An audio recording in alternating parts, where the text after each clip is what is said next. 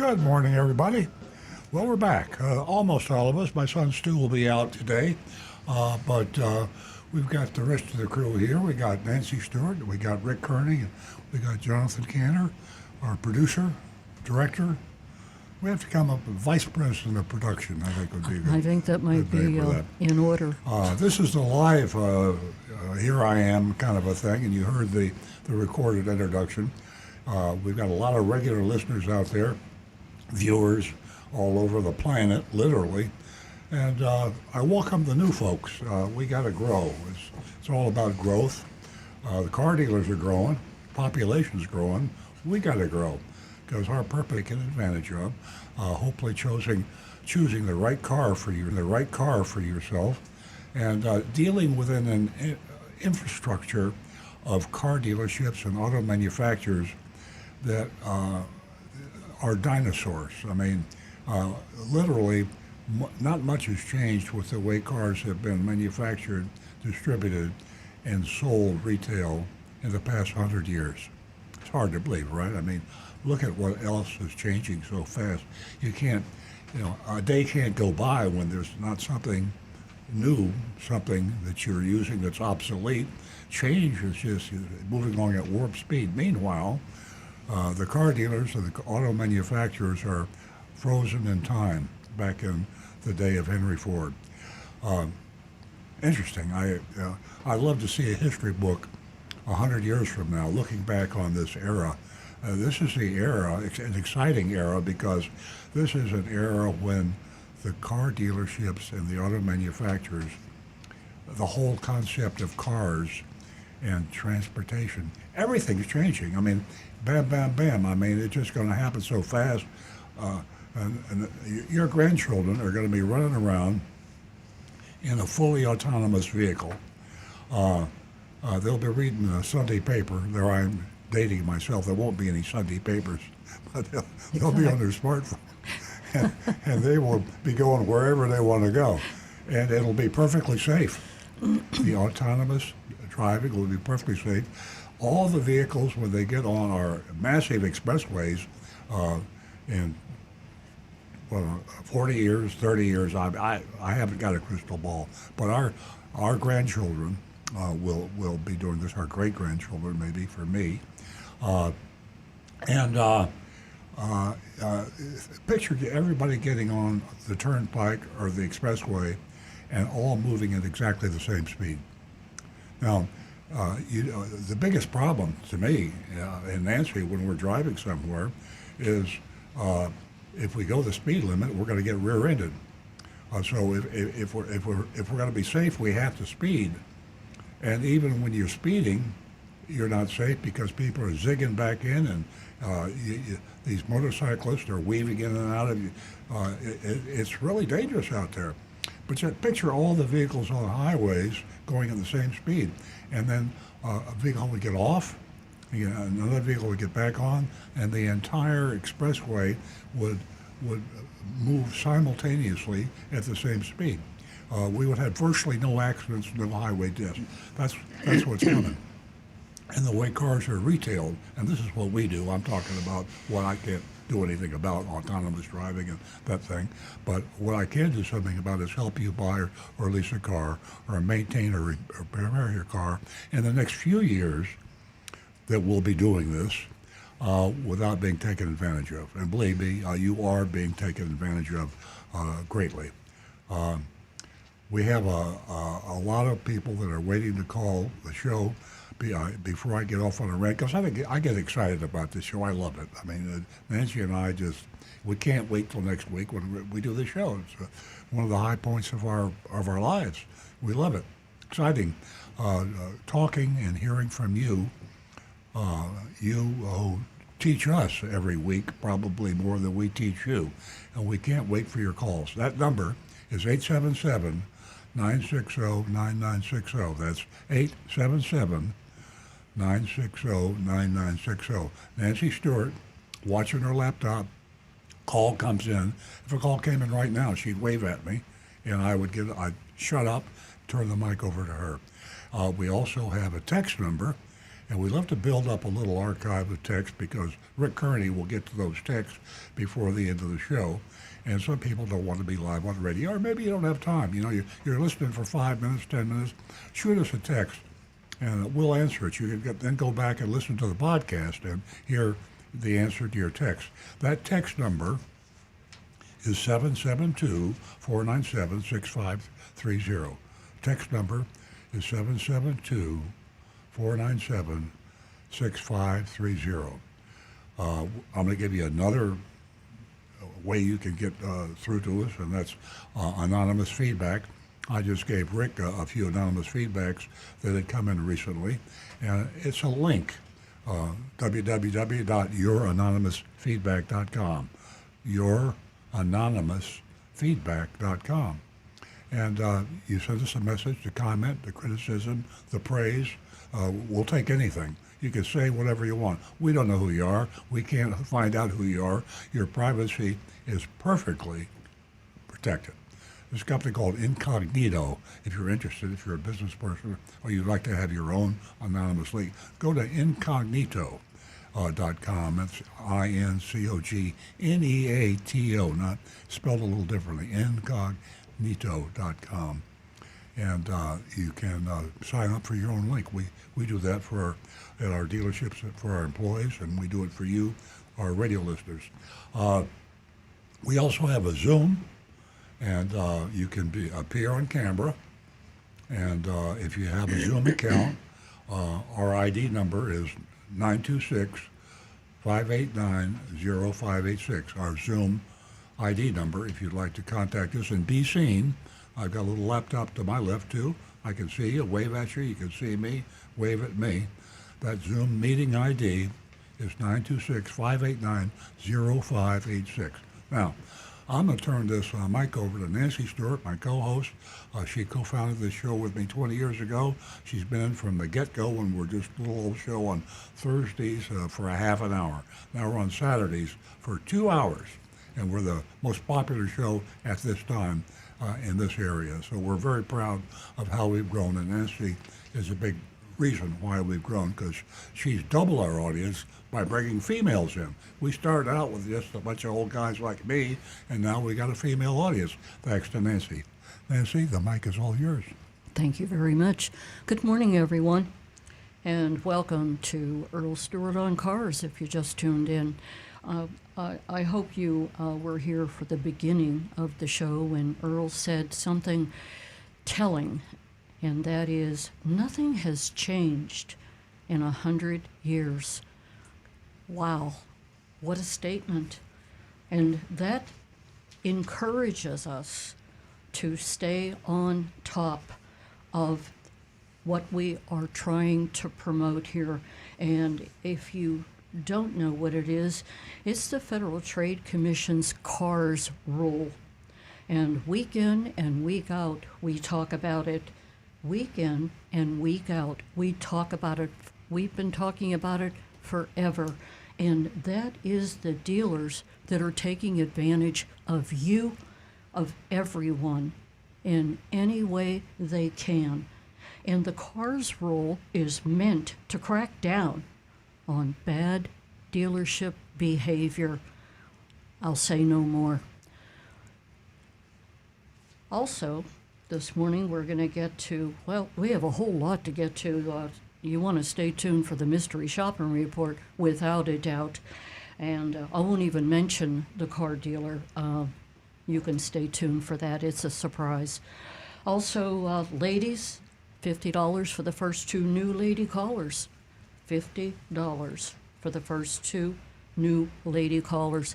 Give us a call toll free at 877-960-9960. Or you can text us at 772-497-6530. We would love to hear from you. As I always say, all of you out there make the show. You're a very important part of the show. And ladies, we're looking to build the audience, the platform here. And we do that by offering you the $50 for the first 2 new lady callers. Also this morning, we have $100 for the first 2 Zoom callers. And you can give us a call on the meeting ID number if you have signed up with Zoom, and that number is 926 589 0586.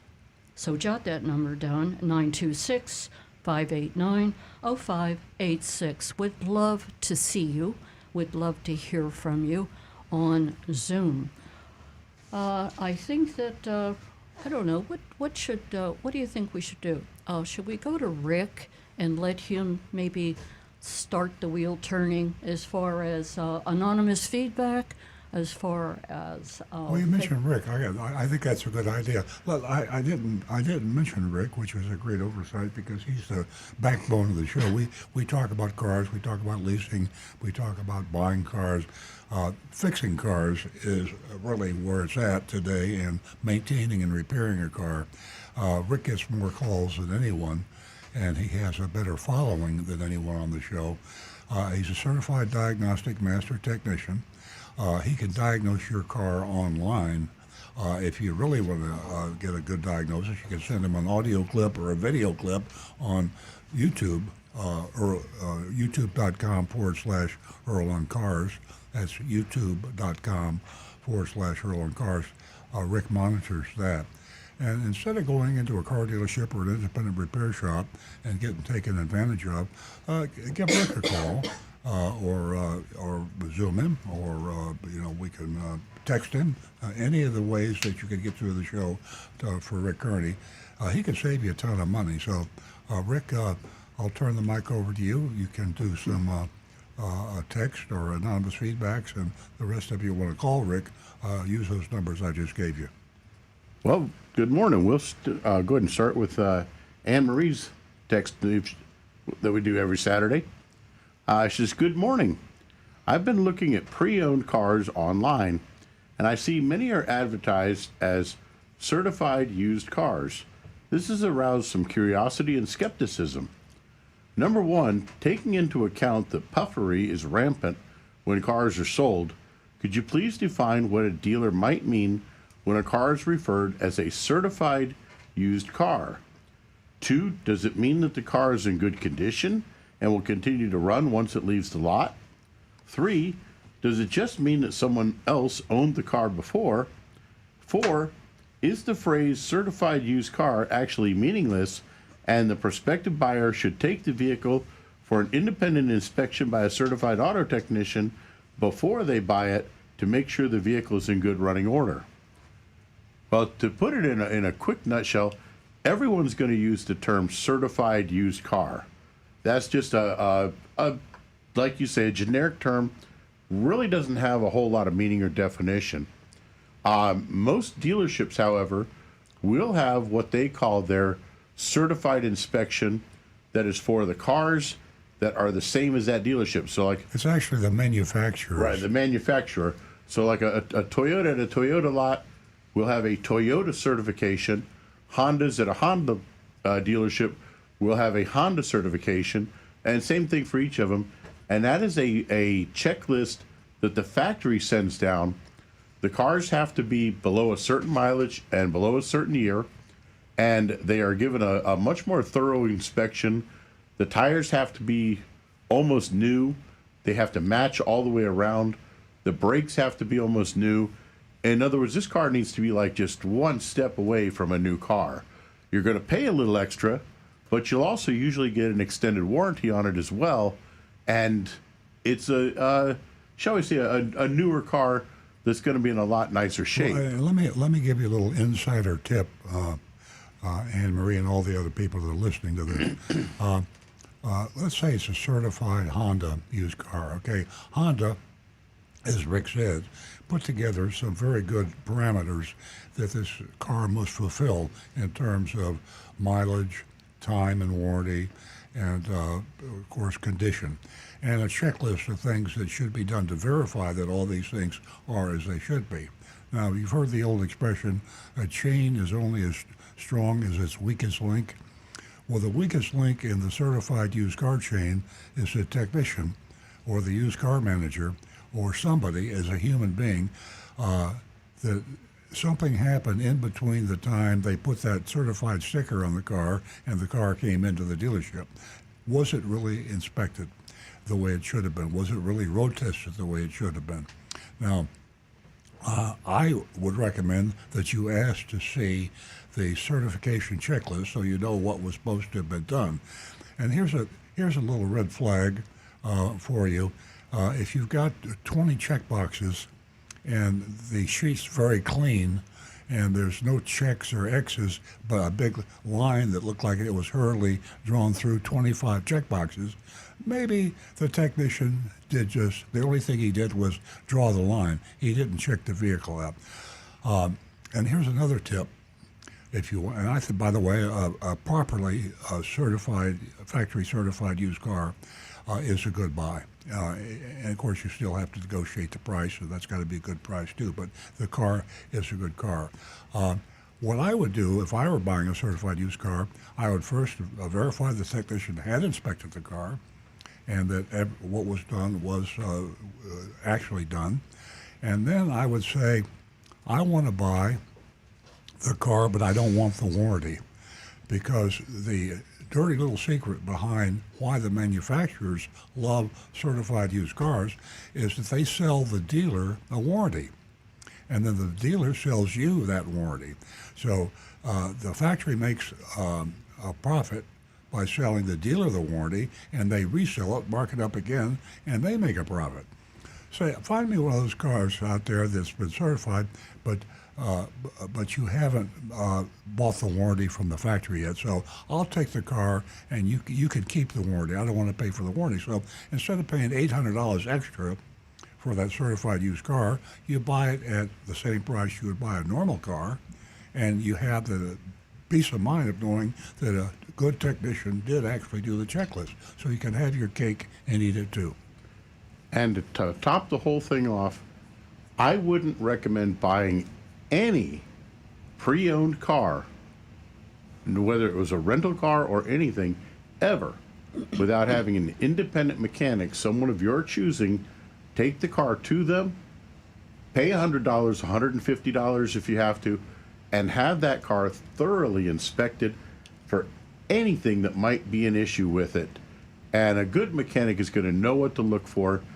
He'll be able to make sure that car is safe and reliable, and that you're going to get a decent car. Great point, Rick. And when you go back to the dealer and say, my mechanic says it needs this, and if you can fix this and do what he said, I'll buy the car.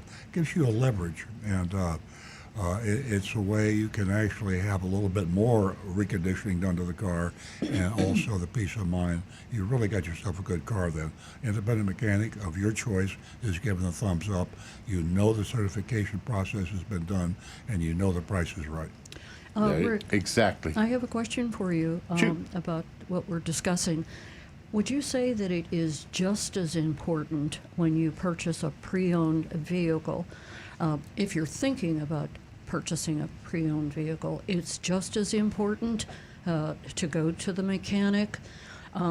Because I've always read that the pre-owned vehicle really goes through some strict checklist, and also it's almost a guarantee that you're getting what you paid for. Some do, but you can't always trust that guy, that mechanic that day. He might have not gotten his coffee. He might have had a bad night's sleep the night before. And that car just might have slipped through it happens sometimes. Mm-hmm. Or maybe the guy just wasn't trained properly to do the job the way he should have been. I would always, on any used car, I don't care what anybody else says, take it to your own independent mechanic and have it inspected yourself. That way you know for sure that it was looked at properly, and you know that the car is going to be right. It's just safer that way. Okay. Any pre-owned car.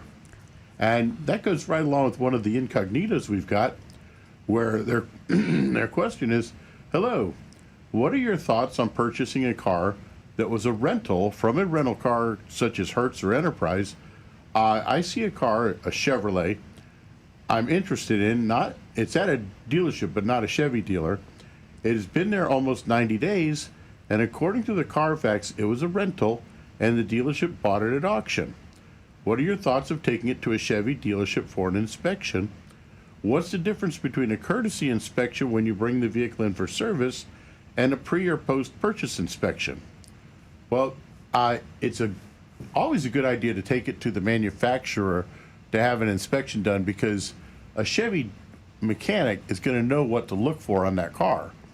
And again, courtesy inspection is they're just looking it over real quick to see what they might be able to upsell you while you're in for a maintenance. A real post-purchase inspection or a used car inspection, they're going to really dig into it a lot further and try to make sure that that car is right. I would, because you're paying for it. Let me jump in there. I think that I think a good independent mechanic is perfectly qualified to check over a car. My problem with a Chevrolet dealership is that if you go into a Chevrolet dealership and they sell used Chevrolets too, and they know that you're thinking about buying a used Chevrolet from Hertz or Avis, there might be a little bit of disingenuous advice given you about the car. If you have an independent mechanic, especially one maybe that you've used for years, or a friend or someone that's highly recommended, he's got no axe to grind. He doesn't care where you buy the car. All he wants to do is be sure the car, wherever you buy it, is a good car. I know that for advanced problems with cars, high-tech problems with cars, a car dealership might be the only place you could go, because they might be the only ones with diagnostic equipment or with the access to the manufacturer for advice and help on support like that. But for a routine used car inspection, a good independent mechanic to me would give you less of a prejudiced viewpoint, yes or no, and give you some leverage when you went back to the seller to get it fixed, or else you're not going to buy it. Very true. Okay, another incognito here. Excuse me, Rick. We're going to go to the phones. And The phones. I'm going to give out that number before we take Bill's call, and that telephone number is 877-960-9960, so give us a call. I'll give out the other number, the Zoom number, just as soon as we're finished talking to Bill, so stay tuned for that. Good morning, Bill. Good morning. How's everyone doing? We're well, thank you. Welcome to Earl Stewart on Cars. Okay. I listen every week, and unfortunately, I was in a car accident. Oh, God. And but I'm okay, though. They totaled my car. Someone hit me. They went through a red light. Okay. So I had to go shopping for a new car. And I was going to say my stomach is still getting over it. But I probably have gone to 10 dealers in the last week. And I listened to you guys for a couple of years, and all your techniques are excellent. But they must send the salesmen, I want to say, to the same school, because all the dealers have, the dealer fee, the nitrogen in the tires, an appearance package for $2,700, all kinds of stuff.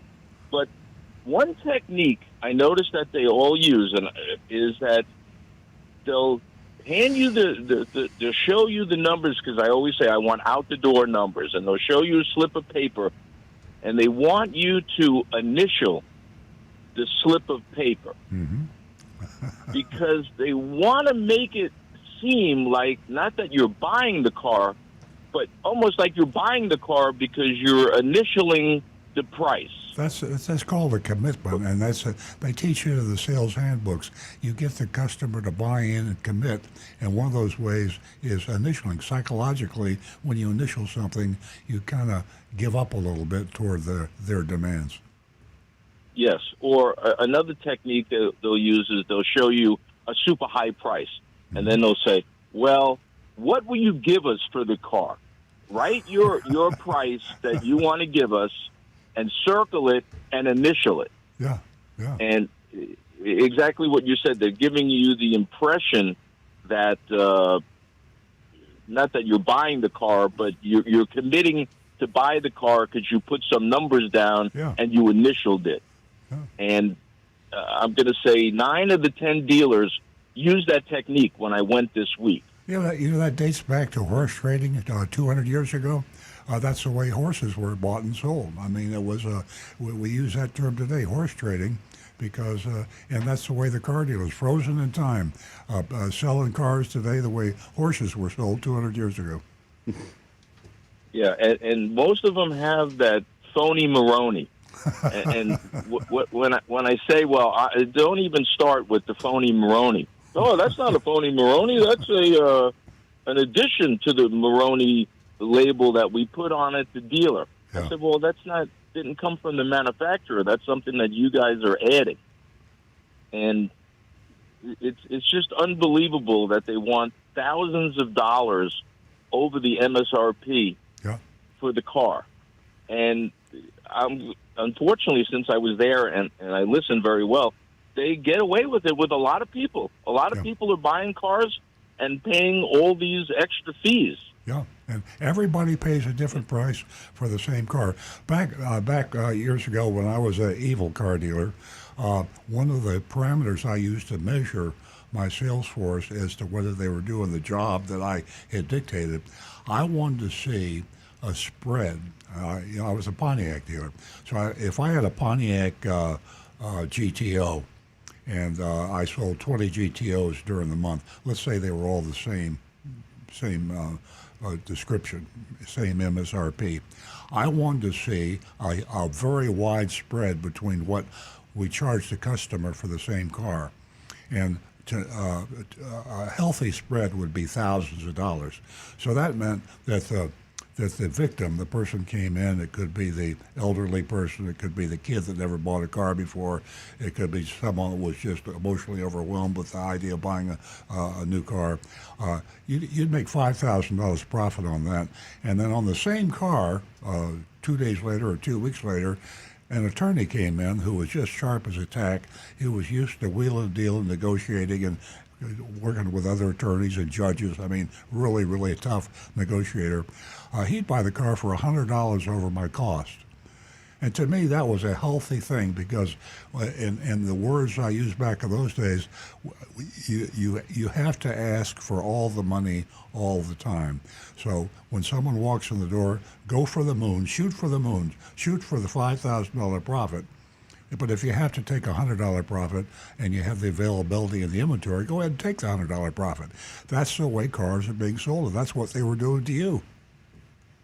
Yeah. Well, I thought the economy wasn't that great, but they're selling a lot of cars because, again, like I said, I went to 10 dealers this week, and they're moving they're moving cars. You got to be worn out. 10 dealers. Did you physically go in, or did you visit online?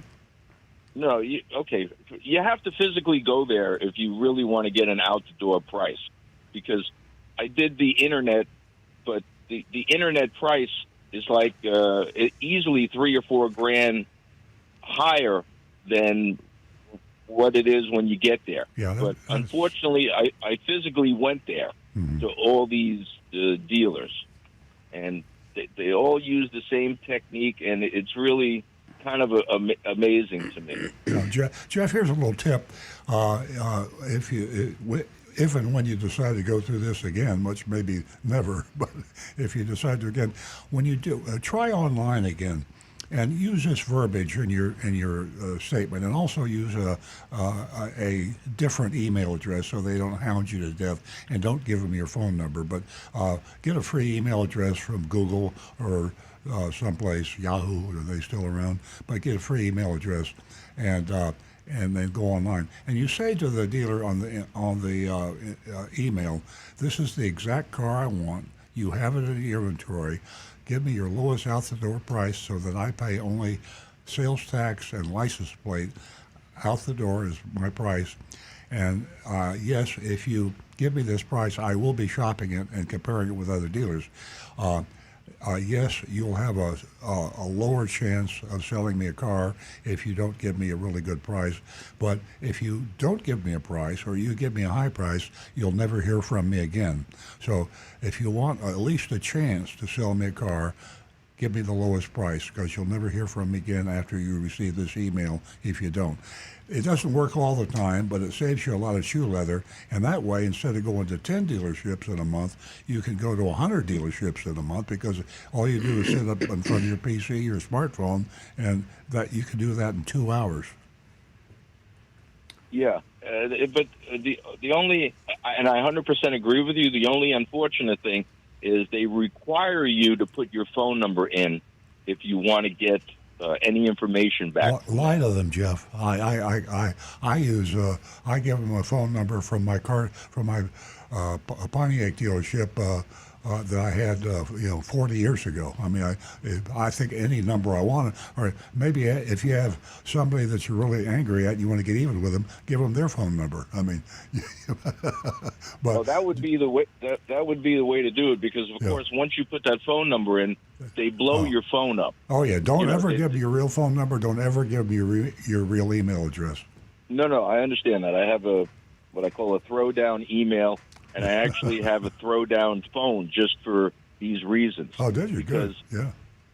Because I'm gonna say, I had to input the numbers on the internet. I'm probably getting 60 or 70 phone calls a day and they're like, well, that's not us. That's the Business Development Center. I said, well, I don't care who it's from. The phone is still ringing. Yeah, Rick had a comment with him. Got a couple quick comments from Donovan here. He says, for the caller, tell the dealer that you're far away and you need to work the numbers over the phone or email before you drive 2 hours to them. He says, that's what I do, and I never leave my house till I have something I'm happy with. He says, also, get a Google Voice number. It's free. Oh, that's right. And you can simply answer the ones you choose to answer. I forgot all about Google Voice, yeah. Thank you, Donovan. Yeah, no, you're my man, Donovan. Nice to hear from you, Bill. Because you could just delete. Okay, thanks a lot. You guys have a good one, and I appreciate everything you do every week. Thank you, Bill, and thanks for tuning in. Our number here is 877-960-9960. I have to commend you, Earl.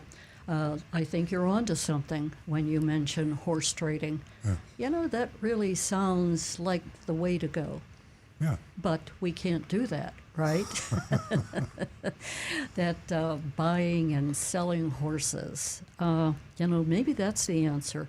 Maybe that would work quicker if we dealt with these dealers We could like use the same they technique. did in the horse what trading they did days. to a horse thief 200 years ago, and there was very little horse thievery. So if we shot people, Do you think it would be easier than trying to push this cars deal ahead? What do you think, Rick? Do you think that we should initiate something new? Horse trading. Okay, just a little humor there. I'm staying out of that one. It's worth delving into. I'm going to give you that Zoom number, and if you've signed up with Zoom, you can give us a call at the meeting ID number 926-589-0586. That's 926-589-0586. And again, $100 for the first 2 Zoom callers if you've never called on Zoom before. And also for the ladies, $50 for the first 2 new lady callers. And we really appreciate you tuning in, ladies, because if you don't know it, you are a huge part of this industry. Huge. The numbers have grown enormously. And take advantage of what we have to offer this morning. Okay, we're going to go back to Rick. Well, here we are with another incognito. Hi, do you know if an alloy wheel is superficially damaged by getting too close to the curb, can it be fixed or does it have to be replaced? Do you recommend to get it fixed or replace it? Thank you. We see a lot of alloy wheels that get scraped up on curbs. And we use a company called Turbax. Now, it does take a day or two turnaround time. You drop the car off, we take the wheel off, they come pick it up, they do their magic, they bring it back, we put it back on your car for you. And I have seen car wheels that were just horribly disfigured, and they look brand new again. So if if you got that scraped up wheel and it just looks terrible on the car, this company saves you the cost of replacing a rim, which some of those wheels can cost $1,000 each or more even, and they can do it. I think for like $150, $200, they can make that wheel look brand new again. Rick, So aren't it's you at a- well worth doing that. Are Isn't they it a national great- or are they local, state? It's called Turbax, Turbax. Is that a national company? I think it's local, but they may be national. Yeah, maybe we need to Google somebody national. So. Yeah, let's check that one on. Get through these other two real quick, and then I'll Google up Turbax for that. This one, my car lease expires soon, and I want to buy a car. On the paperwork are these sections: excess wear, ding shield, pre-delivery service charge, etc., private tag, sailor, and acquisition fee. Should I have to pay all that cost? Also, how do I get an accurate residual value, or should I skip the dealer and go directly to Toyota? That one sounds like it's right up your alley, Earl. Yeah, the residual value is you have the option price on your lease, and that's what you pay for the car. If they try to charge you more from that, then they're violating the law. It's a federal. There's a federal leasing act of 1976 that says that the option to buy is sacrosanct. That you have to can't add 5 cents to that price. That's the price. As far as finding out the market value, chances are your option price, if you've leased a car in the past 3 years, is probably a good buy. It's probably, the option price is probably lower than the market value today. So, but to confirm that, you need to basically shop and determine the actual cash value, which is the retail wholesale price of the car. You do that by going to CarMax, WeBuyAnyCar.com, any other. There's a lot of sources out there that could give you the actual value of your car. You could just go into a car dealership and say, "What will you pay me for this car? I'm downsizing and I don't need 3 cars in the family. And what will you pay me?" Do that to, if you're driving a Honda, go to 3 Honda used car lots and ask the used car manager, "What will you pay?" Then you've got 2 numbers. It's a simple choice. Is my option to buy in the lease a much better price than I could sell it for? In which case you should exercise your option and be absolutely sure not 1 nickel is added to that option price other than sales tax or a license plate. And for the Turbax company, they are only one shop located down in Miami. But they will come pick the stuff up from different dealerships or shops, and probably would deal with you at your home if you can take the wheel off your car at your home. And I'm sure all states have, I'm sure there are companies all over the country Yeah. that do this. So. But yeah, I would definitely have a wheel repaired, if only just because it looks so much nicer. Okay, one last incognito here. Why do consumers put up with dealers like Hollywood Toyota? It's crazy. I regularly buy cars, and if I have an issue, I won't set foot in a dealership unless they give me a buyer's order ahead of time with an out-the-door price that I'm prepared to pay. Believe it or not, too many dealers in South Florida will do this. Yeah, Hollywood Toyota is I think currently about the 3rd largest volume Toyota dealership in the world. They've been as high as number 1 for a brief period of time, and they've been number 2. They're top 3 all the time. They sell 1,000 new Toyotas a month. I mean, just incredible volume. They pretty much get away with anything. They're in South Florida, and a lot of the dealers down there do the same thing. Hollywood Toyota is a unique dealership in the sense that they're located in a very unusual demographic area. A lot of people haven't heard of Hollywood, Florida. It's near Miami. It's near Fort Lauderdale. It's a very interesting area. As a lot of people know, Miami is an international city, and Hollywood, Florida, has probably a larger population of more people from out of the United States than any place I know of. And if you go into Hollywood Toyota, it's very interesting. They have they speak fluently about a dozen languages. So if you're Japanese, if you're Korean, if you're Indian, if you are from practically any country in the world, they have a salesperson in there that's fluent in your language. Wow. Now, they are able to sell cars. Obviously, picture yourself in France, and you don't speak French, but you have to buy a car. So you go into a Peugeot dealership, and you speak English and they speak French, and the contract's in French, and you can't read it. You can imagine what they can sell you that Peugeot for. Well, so a lot of people that gravitate toward Hollywood Toyota because they know that the salespeople will speak their language.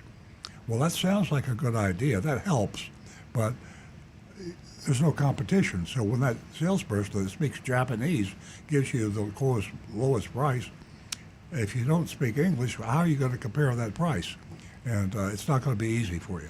So that's one advantage they have, and they also are able to get away with some of the most outrageous advertising we've ever seen. By the way, it'll be very interesting to mystery shop them after the September 30th deadline, which is when the Florida Attorney General, Ashley Moody, is going to put the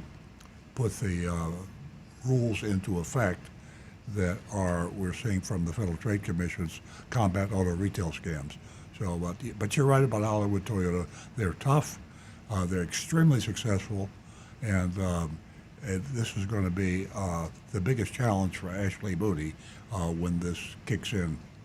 And imagine the feeling of trust and camaraderie that you would immediately build with that salesperson because they speak your language so well. Oh, sure. You're automatically going to feel some level of trust to them, and then they've won. They can take you for anything they want. Exactly. Okay, this comment from Donovan. He says, on Wednesday of this week, Polestar kicked off production of the Polestar 3 EV SUV in South Carolina. They brought production from China to the U.S. to avoid tariffs in the U.S. and Europe on China-made cars. They aim to make about 3,000 a week, with 50% for the U.S. and 50% for export.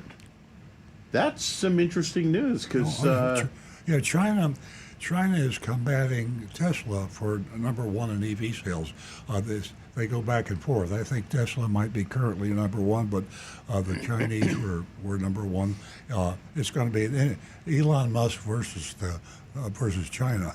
But see, Elon was smart enough to get into China years ago, and the United States was very reluctant to have any manufacturing or any ties with China. It was politically incorrect.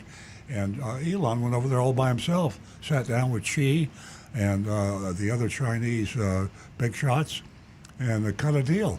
And he just sells a huge amount of cars.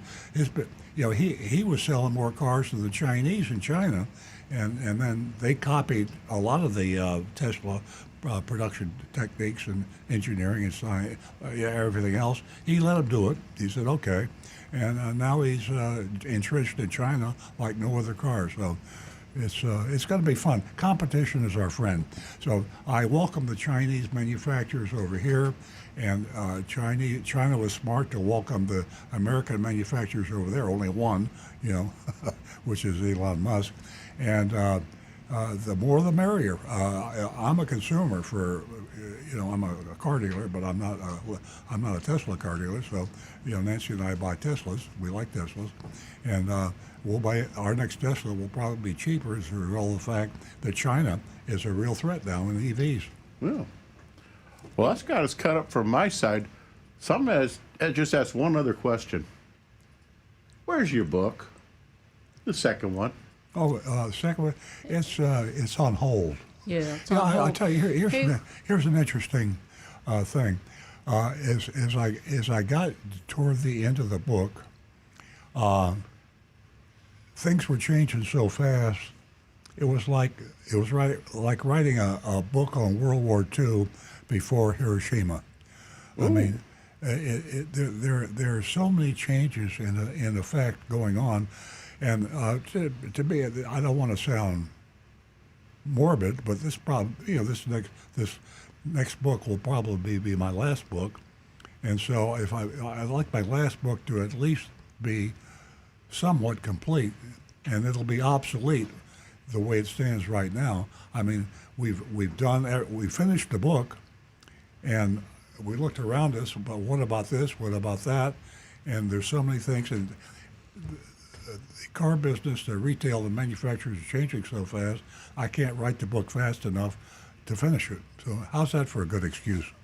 I understand it. You can't write the history book until the history has occurred. Yeah, I'm 2 years late, but it will I happen. just know there's a lot of folks that are kind of Yeah. wondering about it. I couldn't have said it any better, and we'll wrap that up. Let me go back to what you said. We were discussing the CARS rule. Is it September the 30th, or is it September the 1st for that deadline? Oh, yeah, September the 1st. I'm sorry, you're right. And it's not the CARS rule. The CARS rule is the Federal Trade Commission regulation.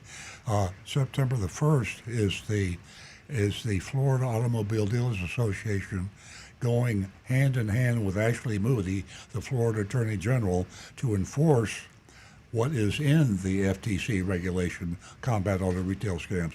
So it will be actually, and this is. All they're doing is enforcing Florida law. For over 20 years, Florida has had the same laws on the books that the Federal Trade Commission regulation, combat auto retail scams, is just bringing out for the whole country. So somebody said, "Hey, you know, this is going to happen. Florida's already got the laws on the books. Why aren't we enforcing those laws?" And Ashley Moody, for some reason. I give Ted Smith all the credit in the world, the president of the Florida Automobile Dealers Association, to actually get Ashley Moody to combat auto retail scams was a miracle. He did it, and he and I are kind of friendly enemies. You know how that would go. Yep. So it's going to happen September 1st, folks. It's going to happen in about 13 days. Okay, well, you heard it right here, folks. That number here is 877-960-9960. You can text us at 772-497-6530. And don't forget to give us a call on Zoom. We're going to go to Marty. I'll give that number out again when we're done talking to Marty. He's been holding, and Marty's a regular caller. Good morning, Marty. Hello, Marty. Good morning. Are you there? How you doing, Marty? Morning. Good morning. Morning. I got a question for Earl. Okay. I read a thing, I think it was last week, where Toyota is betting on hybrids rather than EVs. And the reason that I think that they're right is there's a lot of people, especially down here that I know, that don't have garages, that park outside, that it will be very hard to put a charger in where they live. So I think Toyota's very smart sticking with it. Well, I'm not saying that they won't have electric, but they're still betting more on hybrids. And do you agree? Yeah, they made that decision, and while having the best inventory or the best stable or whatever you want to call it of EVs in the world, they, as you know, Toyota. Began the whole hybrid revolution with the Prius many years ago. They were the laughing stock of the industry because they thought a hybrid vehicle was a joke. They proved them wrong. Consequently, they now basically have hybrids in all their models, and they're better hybrids. They're better engineered. They're more reliable. They require less repair work. By far, the hybrid is the vehicle to buy today.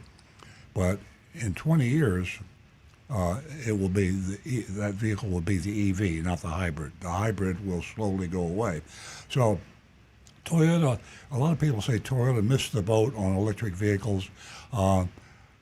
I guess you could say they did, but they were so strong with hybrids they could afford to miss the boat because it's the interim time, and they're actually making more money and selling more cars than ever thanks to the hybrid.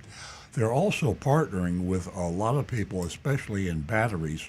See, an electric vehicle is nothing more than a battery on wheels. I mean, the manufacturer that has the best electric vehicle battery, solid state is the next generation.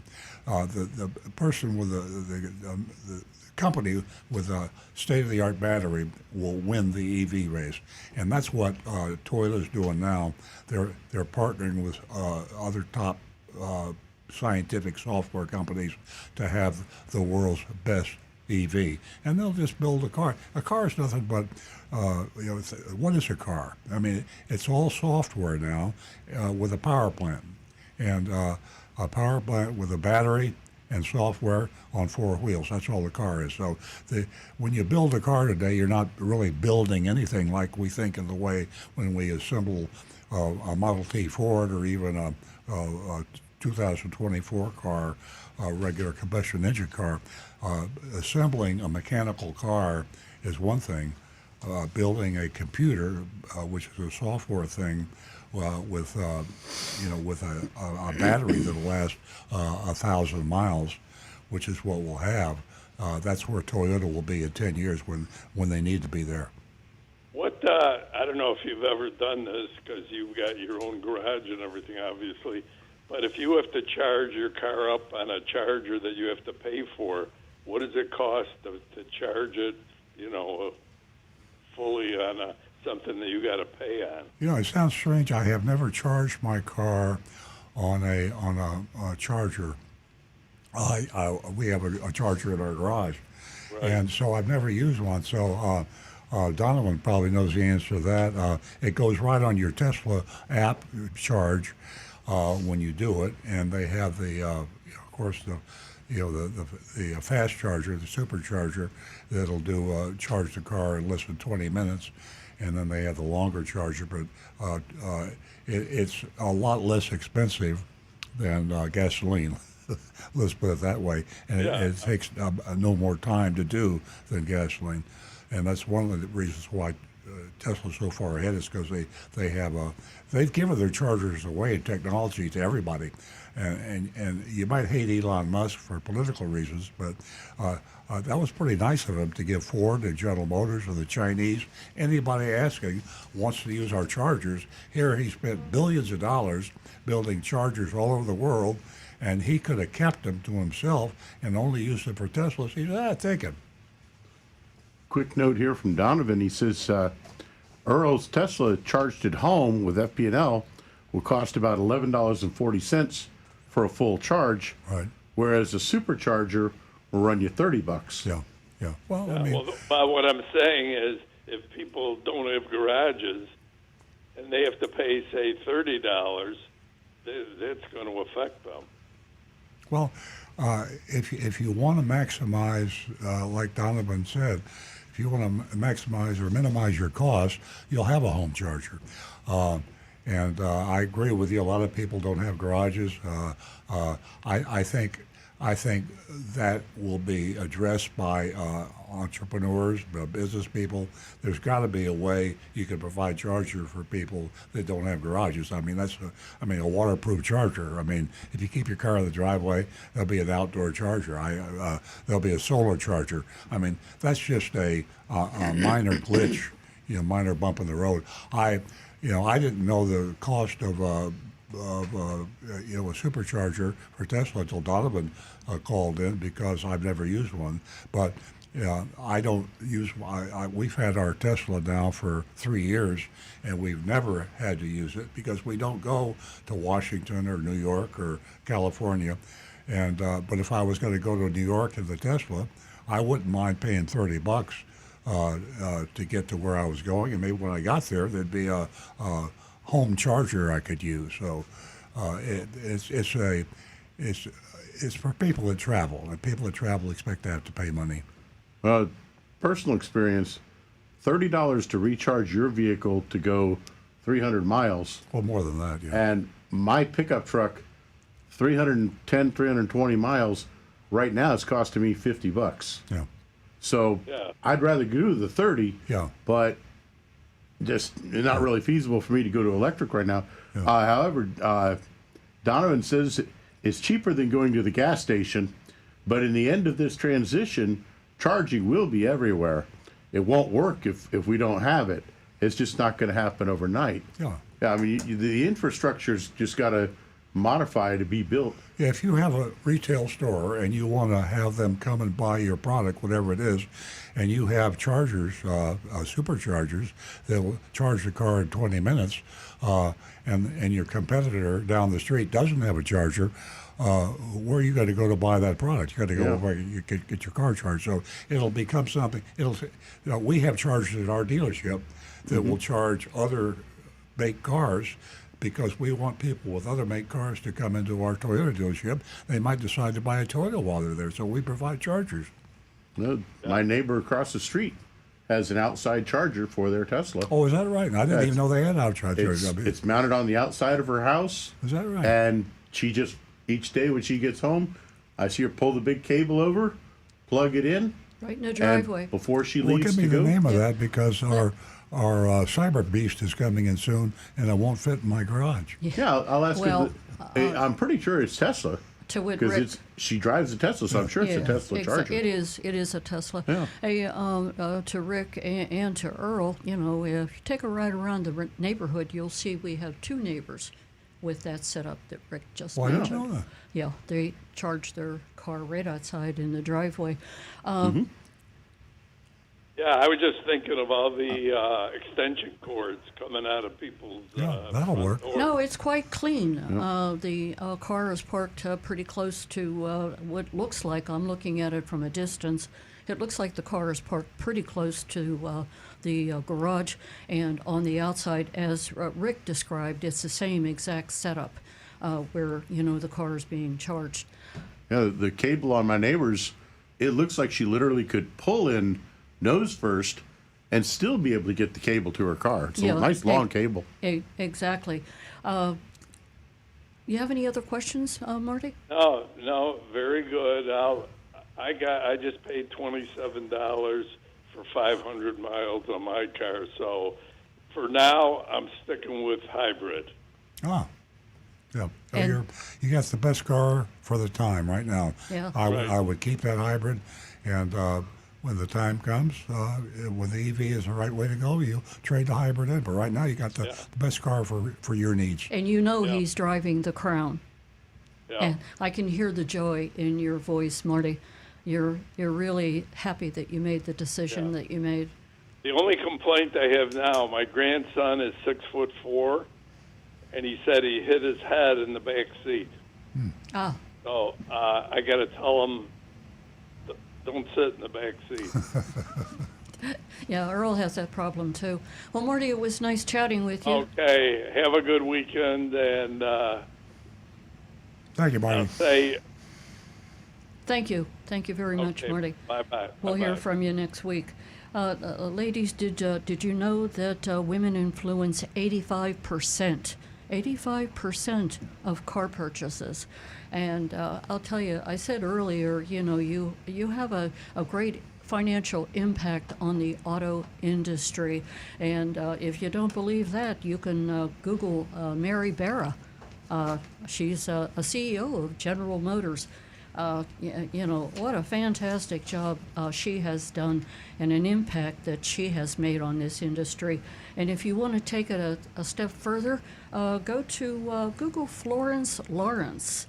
I bet I put this out there. There isn't anyone out there that knows the influence that Florence Lawrence has made, or did make, I should say. You know what this little lady did? She invented the first turn signal and brake signal. Yes, so take a look, and you'll see a whole list of women who have made a huge impact on this industry. My point, give us a call. Share your stories with us, ladies. We would love to hear from you. And as a little gift, we're giving you $50 for the first 2 new lady callers. I promised you I'd give you the Zoom number, which you can win yourself $100 to new Zoom callers. And that telephone number is 926-589-0586. Hey, Earl, didn't we have an interesting week, speaking of what we were talking about before about Tesla? What a learning experience it's been this week for Earl and I. There's always something changing with the Tesla that we're unaware of. Yeah, the autonomous, we go everywhere with the fully autonomous, and we're beginning to understand why it will be so popular. We're able to see how the concept of 8 cameras, which is detecting things not only all around the car that a human being can't see, and certainly can't see as quickly, but is also with its swarm. There's something called swarm AI, where the autonomous system software is able to look through Google Maps, actually, to see where the traffic patterns are a mile away or 2 miles away. So if you get in your car and you're going to take a 25-mile or a 100-mile trip wherever you're going, as soon as you get in that car and you put your destination in, that car's software sees the traffic right outside where your car is now in the garage. It also sees the traffic 100 miles away and 200 miles away. When it plans your route, it takes into consideration things a human being can't possibly see. So what Nancy is referring to, when we get in the Tesla now and we're going somewhere, we say, I wonder why they're taking us this way. Or I wonder why the Tesla just changed lanes. I wonder why the Tesla speeded up. And if you if you put your hands into the software and just let go with the flow, you find out that you're getting where you're going not only faster but safer than you would if you were driving your own car. There's no doubt in my mind now that once the autonomous is perfected, it will be far safer than anything, any way. I don't care how good a driver you are, an Uber driver or a Lyft driver or a professional driver, when autonomous perfected, that autonomous car will get you there safer and faster than any human being can. It's really impressive. Hey, let's reveal what goes on in the cabin while we're driving the Tesla. What I'm referring to is, I'll ask you a personal question. How do you feel about the autonomous feature reprimanding you if you speak, if you look away, if you have your Meta glasses on? Well, it has the eye in the cabin and the ear in the cabin, and so if the software perceives you not to be paying total attention, I get a flash on the screen and a beep, and it tells me to pay attention. Or Keep your be eyes quiet. on the road. Once the software is perfected, and once it's tried and proven, and maybe the National Highway Traffic Safety Association says so, okay, well, then maybe they take those off. But I think it's a good idea now. I mean, it's a little annoying, but it's also makes us feel a little safer. Well, you probably pay more attention to the road than most of the people out there driving regular cars anyways. Yeah. Because they're all down on like this while they're driving the car. You put it mildly. You expressed yourself in a very calm way, unlike the cabin. That's all I'll say. Hey, we're gonna go to Mary, who's been holding, and Mary calls us often, and she's from LaBelle, and we just love her. Hi, Mary. Good morning, Nancy. Good morning, Welcome. crew. Welcome. I have a 2011 Honda CRV, and the check engine light came on. I took it to the local auto parts store. They put the computer on it, and it came up with canister purge valve as the fault. Okay. I'm wondering is that critical to the vehicle? Is that something that I should have changed? It's actually not an expensive part in most cases, and I would, find a like an independent mechanic to have it done. It'll save you a fortune of money that way. But basically, all that thing does is the charcoal canister in your car collects the fumes from the gasoline tank so that they don't just escape into the atmosphere. That's part of the emission system. And then when you're driving the car, the purge valve will open up so that those vapors can be drawn into the engine and burn through, and that way it's, again, it reduces the emissions. If that purge valve is sticking closed or sticking open, the computer has to account for that, but it can't operate the purge system properly, so it triggers that light. It's not a breakdown issue. It will not affect the way your car is driving. And if your car's running normally, it's going to continue running totally normal. It just, if this were an emission state, you wouldn't be able to pass an emissions inspection for it. So Right. I wouldn't worry about it unless you absolutely have to. The only real drawback is that if something else goes wrong on the car that is going to trigger that light, you wouldn't know it. So it's Right. something that I would call a few different independent shops, tell them what the code is, and ask them, what they'll charge to look at it, and if that's all it is, how much to replace it. Pick one you like that has a reasonable price. Yeah, they're not very And expensive. then I just Googled it. They're a get it couple, done when you- couple when you hundred can. bucks. Yeah, it's not an expensive item. Well, yeah, they at AutoZone they said the piece would be $55. Yep. And my challenge, of course, is finding an independent garage that's willing to work on emissions systems. But Yeah. I will pursue that as Earl suggested. My friend Google will assist me. Yeah. I just- Are you I'm, are you on Facebook or any of the social medias? yes. Yes. Check with your friends on social media, and see if any of them have any mechanics that they recommend. Someone that they trust, and because I'll tell you, word of mouth is one of the best ways that good mechanics get customers.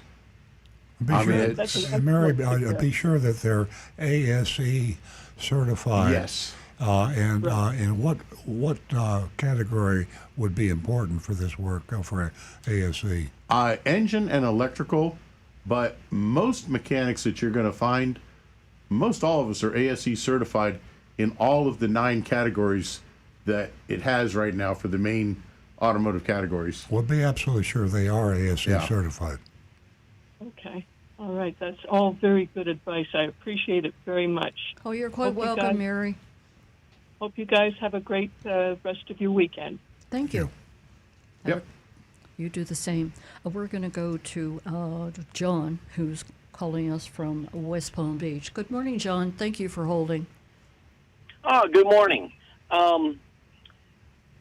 The one thing that I found with the Tesla, and you're talking about the autonomous and it driving for you, right now, when you do that premium system and it brings you get the internet through the car and that, I only use it when I go back and forth to Michigan. And one thing that I found, if I was using a certain map other than the Tesla provided map, like Wavy or another one, AAR or something, whatever it is, Wavy and also the Tesla one, I didn't realize there was a setting, but it told me to go a different route off the express off of 75. When I went, and I'm thinking, why am I doing this? And then when I went through the system, I found out that I have it set, or it's set default, that if the computer monitoring the traffic finds that when you're on your destination, if it's going to cause you 15 minutes longer to continue, it takes you a different route, and Yes. you avoid that, whether it's an accident or whatever. Yeah, it's great. I didn't realize that it was doing that until I started paying attention to the driving times. And when I was driving fully autonomous to places that I normally drove before myself, I had routes in mind, I even use the navigation most of the time too. But I thought I could get myself to from point A to point B in South Florida quicker than anybody else. I figured I was really knew the shortcuts and I knew which way to go. I found out that there are ways to go that I never thought about. And of course, roads change and routes change, and the software stays on top of it. But I was probably taking routes that I got used to 20 years ago, and my Tesla Autonomous now takes me places I get there 5 or 10 minutes sooner than I did before. Yeah, now the one thing that you mentioned, using the autonomous, the mapping system to go into places that you already know. One of the benefits to that is, and this was a discussion on your show many times on how to get rid of that musty smell. And before you turn the car off, you turn the AC off and let the blowers blow or whatever it is to get rid of the. If you use your destination, the AC and the whole system already calculates it for you, and before you get to your destination, it's already turning off the AC. I did not know that. And that's. I'll be I happen to find. Very and I happen interesting. to find. I happen to find that out on one of those sites that you always mention about the rooms, the rooms the chat rooms. Yeah. And they that so. That's Well, that's interesting. John, I'm glad you're as excited about it as Nancy and I are, because you have to. It takes a certain temperament that you have to be accepting and curious, and maybe a little risk taking to fully appreciate, because none of us like to admit we're not the best drivers in the world. I've never known anyone that didn't think they were a good driver. Good drivers think they're good drivers, and bad drivers think they're good drivers. So for you to confess that a machine, a computer, is better than you are, takes a certain sort of humbleness that I'm not saying I like to admit it, but I have to admit it. Well, I'm 63. No, I'm 64 now. I'm 64 years old now, and if this thing's going to drive me around, I want to know a little bit about what's driving me around. Not only do I need to know about a driver, that's a person. I want to know about the car. Yeah, exactly. Yeah. I don't want some Christine popping up on me and throwing me into a bill. Well, if a lot of your Well, don't remember who Christine was, but I she was appreciate in your the calls, John, because people either hate Tesla or they love Tesla. They're either violently against autonomous driving, or they're very much in favor of it. So it's like politics. There's no gray. It's all black or white. It's too early to bring up politics. Yeah. Hey, John, we do appreciate your call. And, what I have to say is, I can get up in the morning and maybe I have a whole lot of patience. You know how that goes. And you get in the Tesla and you accept things for the way they are when you're driving autonomous. Some days, not so much. You run out of patience. But it's definitely a work in progress. And we're going in the right direction. I can say that. All right, have a great week. Okay, thank you, John. Thank you, John. We'll talk to you again. Let's go to Andy. Andy's been holding. He's calling us from Fort Lauderdale. Good morning, Andy. Oh, how you doing? You got a great show. Oh, thank you. Yeah, I've been buying Mercedes since '77, but used ones, a couple of years old. I'm thinking of buying a 2007 55 LS AMG with 100,000, about 103,000 miles. What do you think I should? Is that I know it has a 500 horsepower engine, and it's I wanted to know what your mechanic there. What does he think would go wrong on it? Like, I know the ABCs and stuff like that with the suspension. Well, I'll turn it over to Rick. I'll ask you one question. Are you religiously taking care of that car in terms of the factory recommended maintenance? I don't have it. I'm looking to buy it. Oh, you're looking to buy one. I'm sorry. Go Yeah, ahead. I have a regular 500. Oh, regular. Okay. First thing I would do is get the VIN number, go to the dealership, and ask them to run a service history on it, because that will give you a good idea of what was done for maintenance at the dealerships. And then I would find a good independent technician and that's certified, and I would pay them what you need to have it really inspected and gone over. I mean, it's kind of a high mileage, it's an older vehicle, but if you can work the right price on it, you might find a gem. But the only thing is, it's in Alabama. Oh, boy. Yeah. The car's in Alabama, and Is it worth it to you for a weekend trip to drive up there? Well, it's about 700 miles. Yeah, Alabama's a bit of a run, but I'm assuming you're local here, Palm Beach County. I'm in Fort Lauderdale. Oh, I'm okay. very lazy. I'm a very lazy guy. If you could do a little homework by researching, you could check with the American Automobile Association, or you might even, if you have any friends in the area, or if you could somehow find a reliable independent mechanic, like Rick said, and then you can look at his certifications and find out that he's you find out how long he's been in business. I would buy the car subject to his endorsement, and I would whoever the seller was, and say, deliver the car to this person, and I'd already made the deal with the mechanic, and say, I'm going to pay you what we both feel is a fair price to give this a clean bill of health. You give this car a clean bill of health, I'll pay you this. And even if they don't give it a clean bill of health, when he finds out things that need to be fixed, you could go back to the seller and say, I'll buy the car when you fix these items, and my mechanic says A-OK.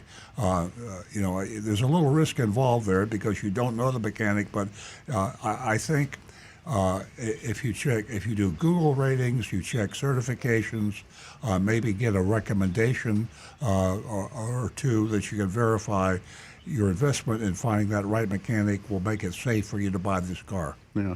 Another way to do it is... But it's in Alabama. Should I go to an Alabama regular dealer? Yeah, that's worth it. That's a good shot. Another thing you can do is go online and Google for car forums for that type of car for Alabama. Oh. And because it's very possible there may be a car club or two up there for those cars. It's a Carfax dealer. Oh, Carfax. Okay. Carfax. Yeah. It's on Carfax on the internet. Yeah, they're honest, legitimate people. So they're, I think. Price is very cheap, so that's why they go for so much more in Fort Lauderdale. Yeah. Oh, yeah. Well, location makes a big difference on price. Yeah, I feel better about knowing it's Carfax, and Carfax would be more understanding about the dealership. They wouldn't Mickey Mouse you around. So I should get the VIN numbers, and that'd be one of the first things, right? Yes. Well, it's good luck to you. Let us know how that goes. I like a guy like you that. Yeah, I want to say something funny. The first car I ever bought was a Pontiac. I know you were a Pontiac guy. Yeah, My 1968. father took me to a Pontiac dealer in Long Island. Huh. I bought a '66 Bonneville with a 421 HO engine with tri-power. Oh man. 376 horsepower. And I hated selling it like an idiot because now it's probably worth a fortune. 3 2-barrel carburetors. Boy, I tell you, those were the days. It was a 421 with 376. Yeah. And it had posi traction. I ordered it, and it only cost $3,800. Yeah, I had a Ventura with 3 2-barrels and 4 on the floor. Oh, mine was automatic. Yeah. But okay, but this car, they're in the $20,000 deal here, and I could get this one for like $13,900, and I could get it for a few thousand less. Yeah, that might very well be worth a weekend trip for Don't make him go to Alabama. He doesn't want to go to Alabama. Well, you might also ask him. I'm an old guy, but I never grew up. I'm still like a kid. Well, don't grow up. I haven't either. Cars make all of us into kids, but I know. And ask them if they can do a video. And a Corvette. I got a Corvette '72 convertible. Oh, man. So I'm a real nut job. You're my kind of guy, I tell you. Yeah. Ask them if they can send you a video that shows you the interior and underneath the car, because especially areas like that where you get snow, you're going to want to look for any serious signs of rust underneath it. Alabama gets snow, really? I didn't realize that. Every so often they get a little bit of it, not a monster amount, but they do get their share.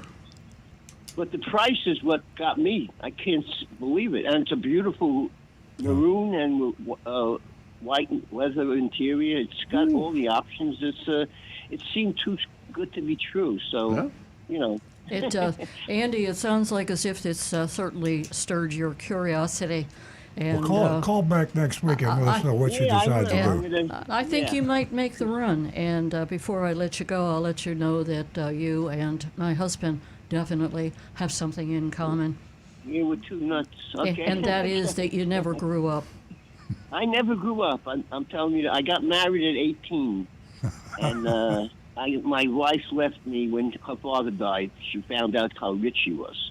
But I did very well for myself. I retired at 25. Oh, there when you I came go. to Florida with my father. He retired at 62. And I did great out here, so in real estate. So, okay, I love your show. I really do. Well, call back, Andy. I will. I'll call back. Yeah, But, we'd love to hear we're from soul you. brothers. Yeah, Yeah. that's right. Pontiac was the first car. My father had a 62 when I was a kid. Then I made him get the 66. And with everything I ordered, with a posi traction, everything. Oh, boy, and I posi hated traction, getting wow. rid of it. What would it be worth now? That car, a lot of money, right? People don't even know what posi traction is today. Posi traction, Andy, let me tell you something. I was part of the car era back then. I'm showing my age. But I want to tell you, you mentioned if you would have had the car that you sold, if I would have had the car I sold, well, I'd be in a different position. But it's been great talking to you. We'd love to hear from you again. Yeah, no, I'm going to call you because this car, it's a different color than most of them. A lot of them are black and silver. This one is like a maroon, very nice car. Oh. But, yeah. Nice. All right. Okay, Andy, have a great weekend. Okay, thank you. You're welcome. Bye-bye. Andy, stay tuned for our mystery shopping report from the famous Arrigo. That's Arrigo, Chrysler, Dodge, and a Jeep. We can't forget the Jeep. This is interesting. I was going through the New York Times this past week, and it was Wednesday's newspaper, and they were reporting on the dangers of the airbags and how many recalls have been issued for Ford and Mazda. Those are Takata airbags, by the way. And, the operative word, Takata airbags. And 475,000, I believe, that they quoted. So it's just, we know they're out there, but the New York Times was there to remind all of us. Back to the recovering car dealer. Yeah, I can't wait till September 1st when we see some action on the part of Ashley Moody and all these car dealers that we're mystery shopping now. It's going to be just fascinating to see how they go from 180 miles an hour down to only 10 miles an hour over the speed limit. There's an article in Automotive News. Federal Trade Commission is getting active around the country now. Now, you know the Federal Trade Commission CARS Act, Combat Auto Retail Scams, is pending. And it's being fought in the courts in Texas by the Texas Circuit Court. The NADA attorneys and the Texas Automobile Association are fighting the implementation of the CARS Act. But because Florida had on the books the same regulations that are going into the CARS Act for 20-some-odd years, totally ignored by all the attorney generals for the past 20-plus years. Now, they see the handwriting on the wall, and they're going to enact essentially the CARS Act, but it'll be for Florida on September 1st. They're going after car dealerships around the country right now because they are frozen with the CARS Act, meaning they, the Federal Trade Commission, but they're acting independently, and they're going after auto groups and individual automobile dealers. They went after the Coulter Motor Company, and this is in the current issue of the Automotive News. And in the article, how they fined them millions of dollars for violating the rule, the law of the land by bait and switch advertising and advertising a car for thousands of dollars less than you can buy it for. And they talked to a sales manager. It's every car dealer's fear that someone from the outside, an attorney or an attorney general or someone, a regulator, is going to get hold of somebody that works for you that's going to tell you the truth. So most car dealerships have a rule: thou shalt not speak to the press, to any authority, to any lawyer. If somebody calls you, have them speak to our attorney. I mean, they don't want you. They don't want people being talked to. Here's why they don't want people being talked to. So the Federal Trade Commission asked a Coulter dealership why an online vehicle shown on its window was $8,000 lower than what you could buy it for, and they talked to a sales manager. Here's what the sales manager said: if we don't advertise the lowest price online, people blow past your ad. Okay. If we don't advertise the lowest price online, people blow past your ad, meaning advertisement.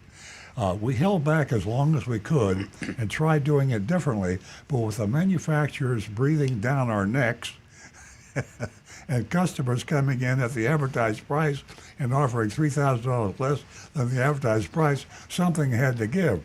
Now that's so pure, it brings tears to my eyes that this salesperson was so honest. He was also stupid because he just shot the Coulter Auto Group down by telling the truth. But the reason I bring this up is why so many dealers do what they do. Here's a sales manager that knows that he's doing terrible things, but he is a sales manager, and that's the way he makes his money to feed his family and put his kids through school. And if he wanted to run an honest advertisement, he couldn't do it because his price would be thousands of dollars higher than the competition who was lying and cheating and bait and switch advertising. So that's the guts to why so many dealers, the good, the bad, and the ugly ones are going to do it no matter what because they're greedy and they just want the money and they're going to do it no matter what. But there are also some in between, and they're good dealers, they're honest dealers that feel like they are forced to fight fire with fire. Exactly. My competitor's lying, I got to lie, otherwise I go out of business. Yeah, So. exactly. And even though they had to pay $2.6 million, okay, they paid that. They were still at the end of this ride, pardon the pun, they said, quote unquote, Coulter said, they respectfully insist the allegations made by the agencies simply don't line up with the objective measures and statistics. So they're saying it's somebody else's fault. Okay, we've said enough about that. Would you like to get to the dog of the week? Dog of the week, let's do it. Yeah, this is the fastest show on record, right, Jonathan? Boy, oh boy, the time just flew. Okay, Big Dog Ranch. Big Dog Ranch. What can we say about Big Dog Ranch? They're fabulous, fabulous people, and you can go out there anytime, and you can take a look around, and you will be amazed at what you see. Today, we have the Dog of the Week, and we pay the adoption fees, and it can be pretty expensive to adopt a dog. and that's $200. And there's so many options out at Big Dog Ranch that you can take advantage of. Let me mention this also. Sorry to be jumping around, but if you have a dog, it definitely is the best way to go, to take care of that dog is to have the dog chipped. It is just imperative today because there's just a lot of dogs out there that they don't have the chip in them, and it's really important. I thought you said chipped, or you said chipped. Okay. Also, folks, make sure that if you got a dog from one of the shelters or something, have your vet scan it and make sure that information on that chip comes back to your name and number, and that it isn't accidentally set up with somebody else's. Otherwise, phone calls and emails and that may wind up going to somebody that's no longer using that, and your dog could remain lost for it. Yeah. So make sure that the chip is definitely registered to you. Yeah, Rick knows all about that. I don't think I've ever met anyone who takes better care of their dog. His dog's name is Haley. Harley Quinn. Oh, it's Harley? Yep. Okay. Harley Quinn. I think I'll have a chip installed in me. Don't you already? If I get Part of the lost, cyborg? If I get lost, Okay, we're running out of time. I don't see that happening. So that's Big Dog Ranch Rescue, and you can go to www.bdrr.org.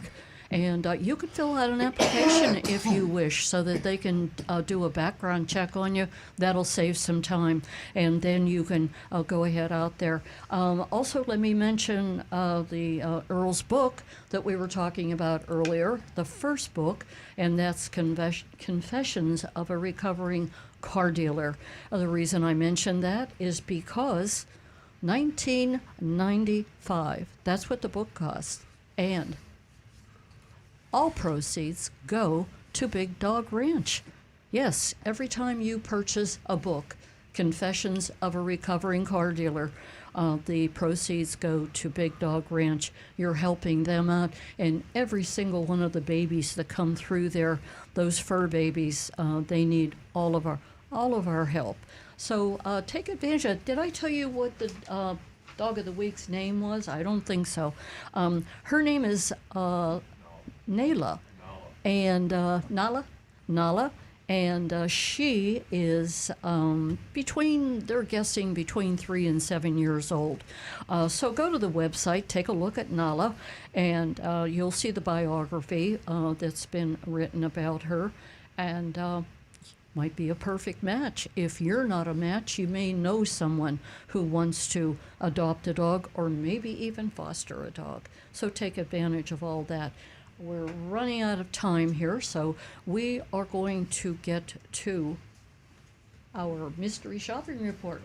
And you can vote on the mystery shopping report at 772-497-6530. And that is the Arrigo dealership that Agent Lightning visited. And I can't say enough about Agent Lightning. She is fabulous and a great asset that she has come to us and has been working for quite a long time with us. So she's all yours, recovering car dealer. Okay, mystery shop of Arrigo, Chrysler, Dodge, Jeep, and West Palm Beach. They have several dealerships. Now I say they. A lot of people think it's really Arrigo, John and Jim Arrigo. You've probably seen some of their crazy commercials. Actually, they're entertaining. I like to watch them. I know both the Arrigos, by the way. I know Jim Arrigo going way back, and knew his father back. But they sold out several years ago to the Morgan Auto Group. Sold out to a guy named Larry Morgan, who I also know. We were friends. So that's a nice thing about being around for a long time. I know all these guys. And apparently the Arrigo stayed on with a management contract of some kind to do the commercials, because as I say, they're funny commercials. They're all BS, but they're still entertaining. And hey, that's what a commercial is. Got to get your attention, right? If you don't watch it, what good is it? Here's the mystery shopping report. I'm speaking as if I were Agent Lightning. I'll be speaking in the first person. I arrived late in the morning and was immediately greeted by a customer service representative. She welcomed me and asked how she could assist today. I told her I was hoping to purchase a new Ram pickup truck.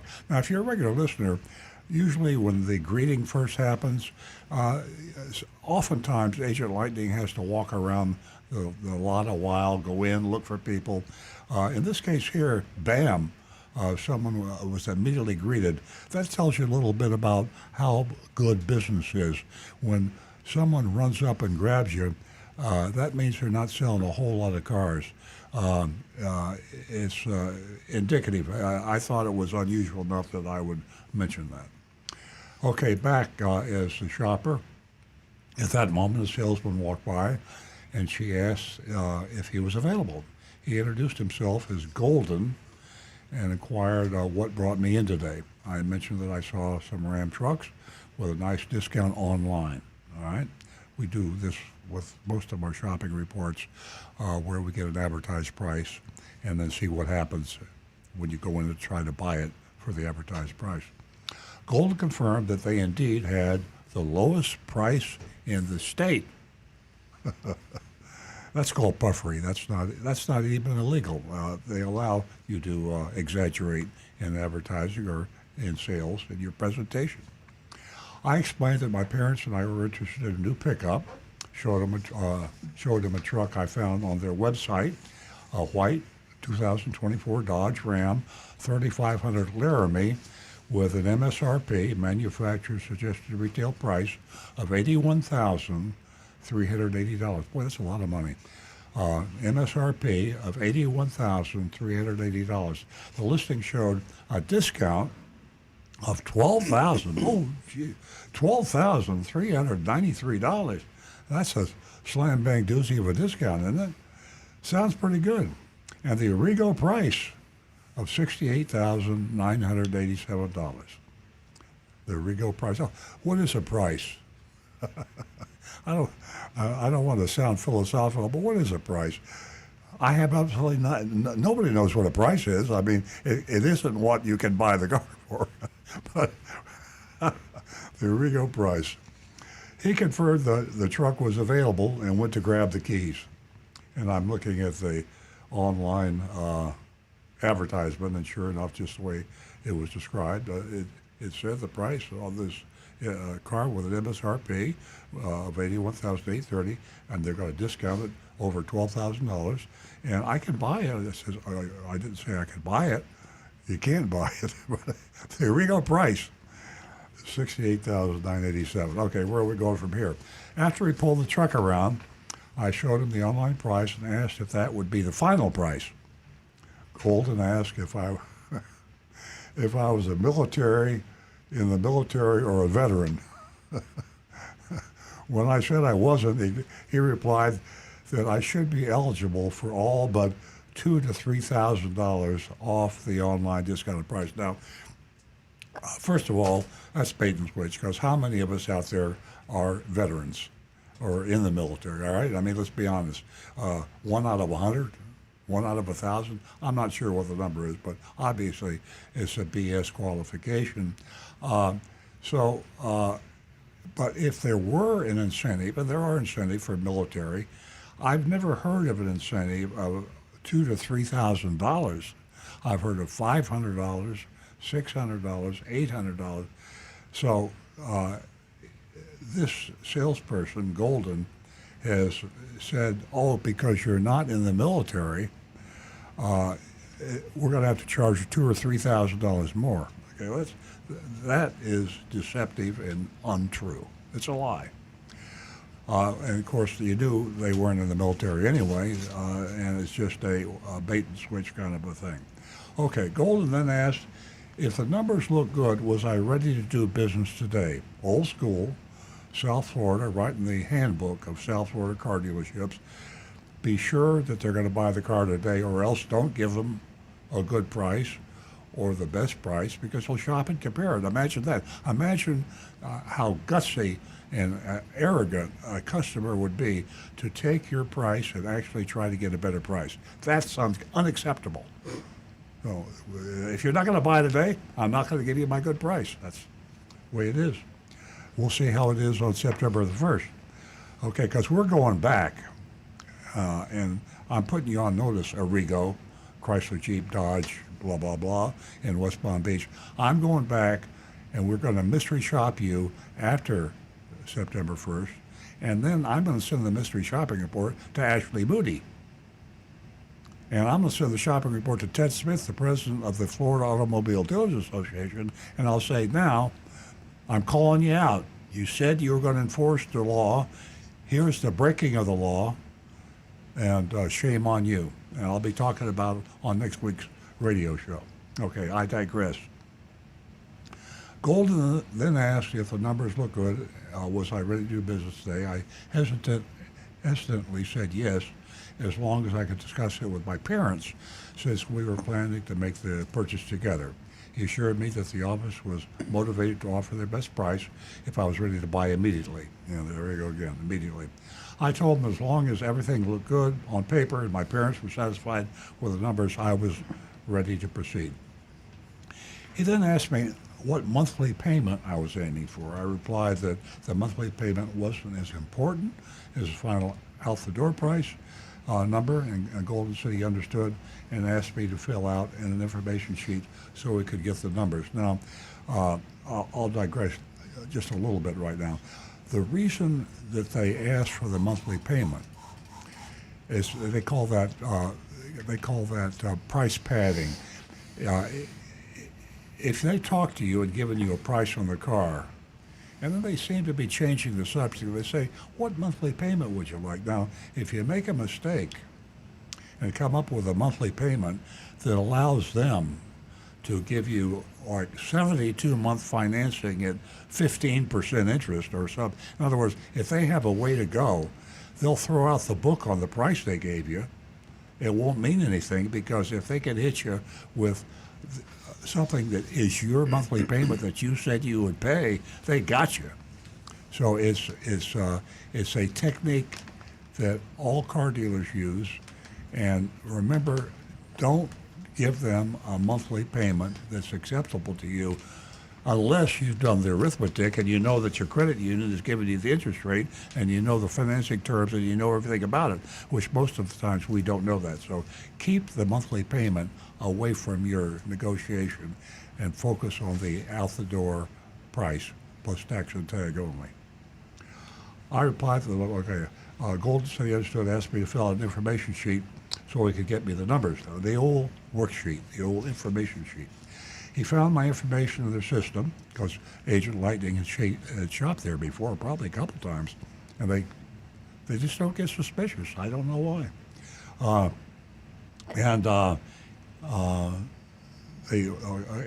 He said he would be right back because they weren't busy at all. And I said that at the beginning of the shopping report. So Chrysler Jeep is the big vehicle that Chrysler Dodge Jeep folks sell to make money, and the Jeeps aren't selling. So that's why they got plenty of time on their hands. We shared a laugh. I joked not to jinx it, or the power might go out. For about 15 minutes, he returned apologizing for the wait, said it wouldn't be much longer as I was next in line. After another 5 minutes, he returned with a proposal. And here's the worksheet all filled out. He reviewed all the fees with me, explaining that the fees and brackets were non-negotiable. So that he took that right off the table.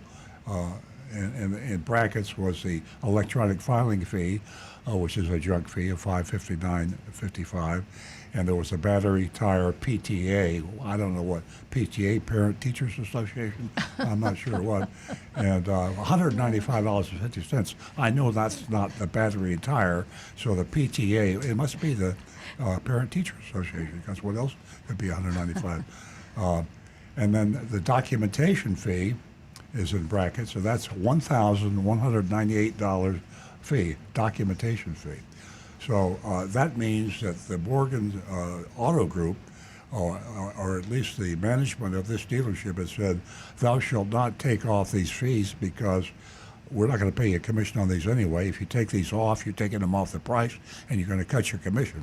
So the management behind this, the owners of this dealership and the management of this dealership said, we can't take this off.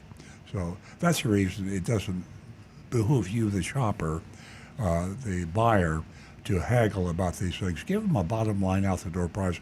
Let them keep any fees on there they want to, but if you don't get the price you want, you're going to walk and you're going to buy the car from their competition. That's the way to get the price down. While the upper portion in this worksheet could vary if I was ready to buy immediately. They're the old, you're going to buy today. I expressed that I wasn't interested in the Arrigo Advantage. And this is, you're going to hang on to your hats when I tell you about this Arrigo Advantage. And it's $2,995. So he pulled out a sheet to show me what it included. And I'll read this fast because there's just too much. I've never seen an Advantage like the Arrigo Advantage. So you ready? Here's the Arrigo Advantage. We'll call it $3,000. Patent fabric protection, sanitization and antimicrobial treatment, rain repellent, door edge guards and cup guards, headlight protection, anti-theft VIN etching, AC system refresh, nitrogen tire service, stolen vehicle assistance, roadside assistance, collision loyalty credit. I'm running out of breath. Customer welcome kit. So that's what the Arrigo Advantage is. $3,000 worth of crap, and that whole list that I just read probably cost him $500, maybe 400. He wants to charge you $3,000. I pointed out there were over $4,000 in add-ons, and asked if that wasn't a bit high.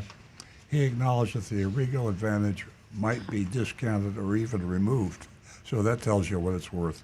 They might discount it. That means it can be, and it would be if you were going to buy today. But anything in the brackets couldn't be changed. I then asked about the $1,198 documentation fee, and he clarified that it was a dealer fee. So now he confessed. He confessed that it was a dealer fee, and on the worksheet, here's what he said. The worksheet, he called, it was a doc fee. Okay, I'm sorry. After pondering the numbers for a minute, he asked again what I thought about buying the truck today. As he mentioned before, they might be able to discount the truck further. I told him I needed to discuss it with my parents, especially since my stepdad wasn't keen on the dual wheels. I mentioned that I'd talk to them later and let them know. I bid Golden goodbye and left. That's Golden Miller, by the way. Golden Miller at Arrigo in West Palm Beach. So here we have it, and now we have to decide what the grade, what the score is. And every week I remind you that you have to look at the grade on the curve, because we have to provide some source of buying cars in the area that people shop. And if you fail every dealer in the area, in some areas like South Florida, I would fail every dealer in the area because they are all out to get you. But if I did that, we would have no place to buy a car. So if it's an average dealer, give them a C, even though they're bad. The only Fs we give out is when you just break the law, and it would be dangerous, frankly, to go into that dealership. A's, they're like hen's teeth. You don't see many hen's teeth, and you don't see many A's. So grade on the curve, and send your grade into earloncars.com / or youtube.com/earloncars. Oh, I got that right the first time. youtube.com / and we can text it in, and we will read your scores as they come in. Okay, ladies and gentlemen, send in your scores at 772-497-6530. Rick? Jonathan in Palm Coast says, better not go Arrigo. Entertaining commercials won't get you a great deal when purchasing a car. Be on the lookout for someone like this dealership. Do your homework before walking into a place like this. The lowest price in the state rapidly became unaffordable, even with a wonderful $12,000 discount. Lies, bait and switch, Arrigo Advantage, and excessive non-negotiable fraudulent fees garner this dealership an F from me. Dr. Seuss is alive and well. I understand that they need to make a profit, but I refuse to buy from a dealership that willfully takes advantage of and deceives their customers. Okay, here is Bob from Maryland. He says, it would have been a D, but I'm not giving the lowest grade, not price, in the state. It's an F. Oh boy. Oof. Our folks here are tough. Now, let me get my YouTube channels up here, and here we go. We have T Cash says F, and you can't change that vote because it's in brackets. Signed, the Parent Teachers Association. Johnny Z. Frey. Oh, Johnny Z. Fraley. Here's a Rego again. With fees, the big discount didn't turn out to be a very good price after all. It's a D for Dodge, away from the dealer. Mark H. D. Classic bait and switch. Brian Sidlatko. Their ad was deceiving. Too many fees, gets a D. Mark Smith says, I give Arrigo CDJ a D minus. To Tim Gilliland, a D. Cram 1624, F. First you go into the brackets, then the box. Of still no out the door price. Joseph Kelleher, D. Tom Steckel, one word, Arrigo, D minus. I like that. Me, I'm following the crowd with a D grade. Just be ready for them, folks. If you got to go to Arrigo, go in there and beat the heck out of them. Like Earl said, they're not moving cars, so you got a good chance to work a better price, but be ready to beat them up. Absolutely, I agree with you on that. Do you have any more grades? I think that is all of them. Okay. I'm double checking our text line and the both channels, and nope, we are caught up right now. Okay, I'll go ahead and vote. And I'm just wondering, first of all, is there any difference between ETA, I use that a lot, and PTA? I just want to emphasize this colorful mystery shopping report. What is the difference between ETA and PTA? Okay, trying to make a point. Why are consumers, why do they distrust dealerships? Why does it run so high? Here is an example right here, ladies and gentlemen. You know, my stomach is upset just reading this. This is ridiculous. You know, from asking a potential buyer what they want to pay a month. That is as old as my shoes. This here monthly payment thing. I mean, it's just not acceptable. And the qualifying for the military and how you can't save any money because you don't qualify. And this salesperson, Golden, I mean, what can I say about him? He's just about as arrogant as they come.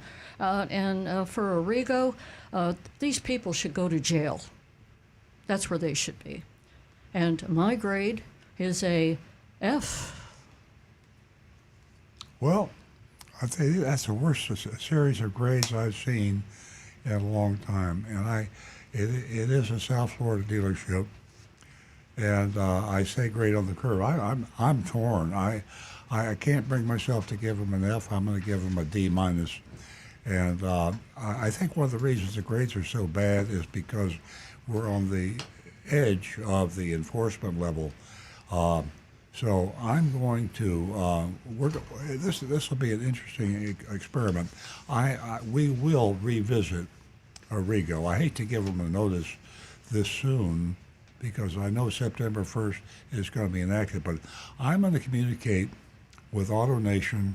I'm going to communicate with the Attorney General, with Ashley Moody, and I'm going to communicate with Ted Smith, the Florida Automobile Dealers Association, and I'm going to give them a copy of this shopping report, and I'm going to recommend that they be put on the list, one of the first dealerships to be visited by Ashley Moody, and see if, in fact, this commitment that she's made has teeth in it. So I'm still going to give them a D minus because it is a South Florida dealership. Any other place in the world, I'd give them an F, but I'll give them a D minus. Yeah. That PTA is a projected time availability or whatever. Anyway, a lot of fancy words Yeah. in the mystery shopper report that don't mean a damn thing. Okay, we have, I believe, by the clock, 4 minutes left? 3 minutes left. Okay, I failed to ask Jonathan to put the video up for Nayla. And can you run that real quick? Hi, this is Nala. She's one of our long-timers here at the ranch. As you can see, she got a lot of energy, very, very playful dog. We've been taking her out, getting a nice walk in. She loves people, very, very sweet. Loves a lot of attention. One of her favorite things in the world is peanut butter. She will do anything for peanut butter. nice, like She peanut needs a butter. little more training, a little more work, but she's a wonderful dog and she has a lot of potential for somebody who wants a dog who can really bond with them. Looks like she might like to chase cars, too. That's not good. She's got the legs for it. Go to Big Dog Ranch and take a look at that little darling, and she may be a fit for you and your home. Okay, we're running out of time. Is there something quickly you would like to mention, Earl? No, I just Big Dog Ranch. I think we should, if anything, allow more time for them because they're truly the best dog protection organization in the world. I mean, I say the world. They bring dogs from China, from all over the world. Dogs that are being butchered for food, that are being released with no care. They are truly saints in the industry. And if you're going to adopt a dog, if you're anywhere near a Big Dog Ranch Rescue, there are 3 of them in the country, you should absolutely give them a shot. Yeah, I couldn't said it any better. Ladies and gentlemen, thank you for joining us this morning. Oh, how we love your company. You make the show. Thank you for tuning in.